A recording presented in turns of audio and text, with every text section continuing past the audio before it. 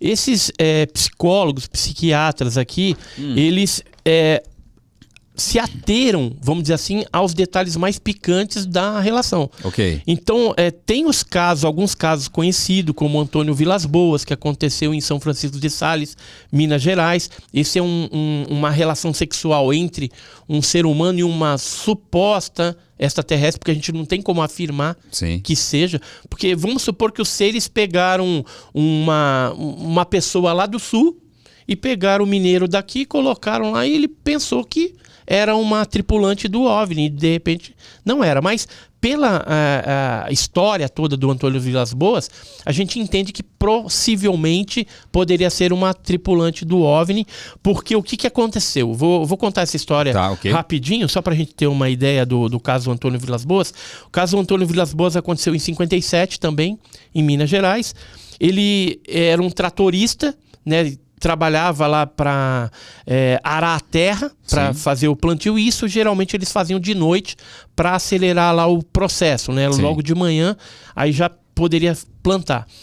E o que aconteceu? Numa noite anterior ele viu uns objetos luminosos, mas não deu muita atenção, junto com o irmão, e na outra noite posterior ele estava sozinho no trator, quando um objeto desse veio rapidamente, pousou no campo, causou o blackout do funcionamento do motor do trator, e aí ele falou, tô enrascado aqui. Que é isso? Não sei o que é. Resolveu pular no campo ali onde ele estava arando, só que a terra estava fofa, ele não conseguiu ir muito longe, até que uns homenzinhos com os escafandros também pegaram ele, e disse que esses homenzinhos, embora ele tentasse se desvencilhar, eram muito fortes e acabaram levando ele, arrastando ele para dentro da nave. Dentro da nave ele então encontrou uma tripulante. Antes eles tiraram a roupa dele todo, saiu uma espécie de fumaça de um canto daquele ambiente que ele estava. Ele chegou a ter náuseas ali, vomitou, né? Eles vieram com uma espécie de mangueira, também tiraram sangue do queixo, ficou um hematoma roxo. Posteriormente, quando ele voltou, também teve algumas feridas no corpo. Descobriram que era uma espécie de contaminação radioativa. Uau!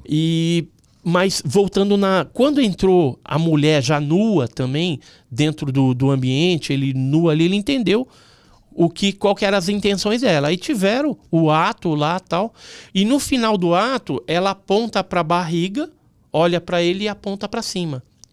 Num negócio de mímica. E aí depois ela desaparece, eles entregam a roupa novamente, ele se veste e aí deixam ele lá.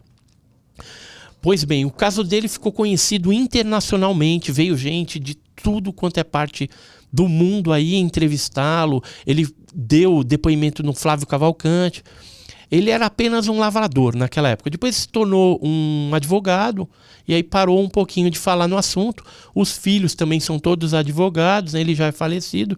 Mas teve uma situação em que ele foi convidado a ir até os Estados Unidos, numa base aérea militar, para tentar reconhecer umas inscrições. Porque isso eu não tinha falado, mas quando ele estava dentro da nave, ele viu umas inscrições estranhas dentro daquele objeto voador não identificado. Aí os americanos levaram ele dentro de um outro objeto voador não identificado para ver se ele reconhecia, se eram os mesmos caracteres. Mas ele falou, não, é diferente, não era assim não. Aí voltou para o Brasil, aquela coisa toda. Foi convidado uma segunda vez, mas ele não quis ir. Ali já... Então, se ele sendo convidado para reconhecer alguma coisa numa nave, é porque lá numa base militar norte-americana. Mas que tinha nave lá. Então ele viu a nave. Ele viu a nave por dentro, ele foi levado dentro daquela nave e viu a inscrição numa espécie de um portal. Ele era a prova de que lá existe nave de extraterrestre. Sim, ele é prova. Era, né? Agora já é falecido, né?